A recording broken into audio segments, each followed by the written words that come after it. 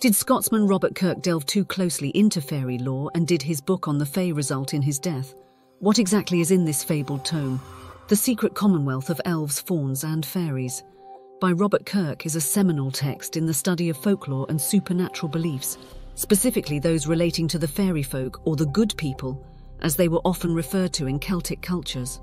This remarkable treatise, written in the late 17th century but not published until the 19th, provides a unique and invaluable glimpse into the cultural and spiritual beliefs of its time and place.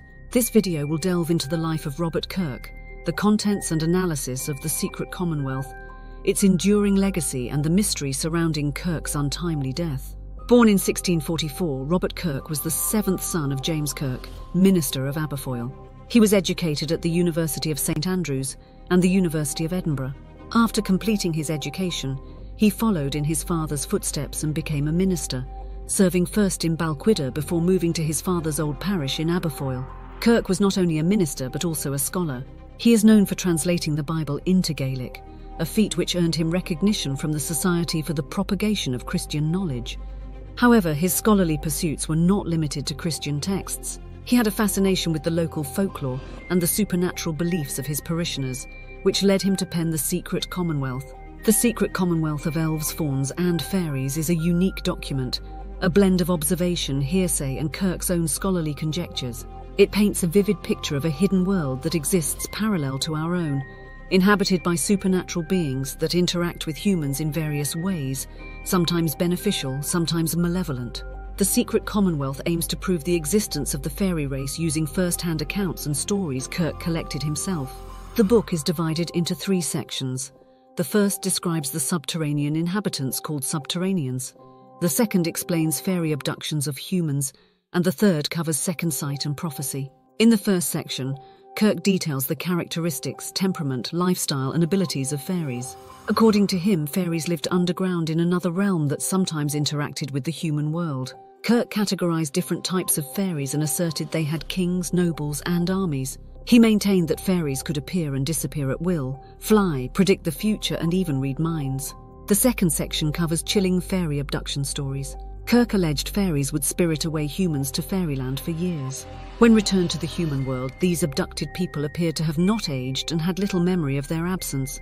Kirk himself believed his own minister predecessor was taken by the fairies. The third section deals with second sight, or the ability to predict and see future events. Kirk claimed he possessed second sight, and this talent allowed him to gather knowledge of the fairy race. He also presented second sight accounts of Scottish Highlanders as further proof of fairies. Kirk describes these beings, fairies, as metaphysical entities that are capable of affecting the physical world. They are neither completely spiritual nor entirely physical, but inhabit a middle ground. They live in their own communities, mirroring human societies with their governance, occupations and customs.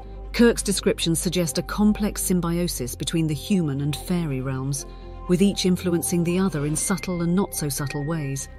The book also delves into the interactions between humans and these beings, detailing stories of people taken to live in the fairy realm, either of their own volition or through fairy trickery. These accounts might be seen as a way of explaining away various societal and personal misfortunes, from disappearances to unexpected pregnancies. The Secret Commonwealth was not widely known during Kirk's lifetime, as it remained unpublished until the 19th century.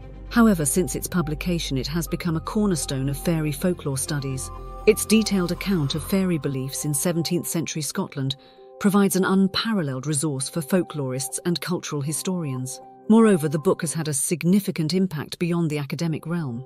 It has influenced generations of writers and artists who have drawn on its vivid descriptions to create their own representations of the fairy world. It remains a seminal work on fairy folklore and the belief in fairies in early modern Scotland. Later scholars like Walter Scott and W.B. Yeats praised Kirk's treatise and were influenced by his collections. Some historians even credit Kirk for indirectly starting the Romantic movement by popularizing medieval supernatural themes. His distinction of fairies from demons challenged orthodox church views. The book's lasting impact proves Kirk documented an authentic folk tradition around fairies that still fascinates modern readers. The circumstances of Robert Kirk's death have added an additional layer of intrigue to his legacy. Kirk died suddenly in 1692 while taking a walk on the Fairy Hill near Aberfoyle. Local legend suggests that the fairies were displeased with Kirk for revealing their secrets and decided to take him to their realm. The story goes that Kirk's body was merely a stock or double left behind by the fairies, while the real Kirk lived on in the fairy realm.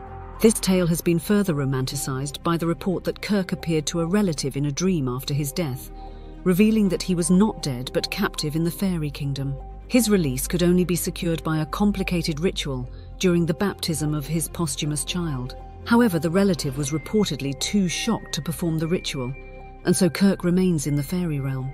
The Secret Commonwealth by Robert Kirk remains an essential document in the study of folklore, offering a rare and detailed account of 17th century Scottish beliefs about fairies. Its influence extends way beyond academia into literature and popular culture. The mysterious circumstances of Kirk's death have only added to the intrigue surrounding the book, tying the author's fate to the supernatural realm he described. Whether we choose to see it as a historical document, a precursor to modern fantasy literature, or a glimpse into a secret world, the Secret Commonwealth continues to enchant and intrigue readers more than 3 centuries after it was written. If you enjoyed this video, please like it and subscribe to Connect Paranormal. This will allow us to make more videos.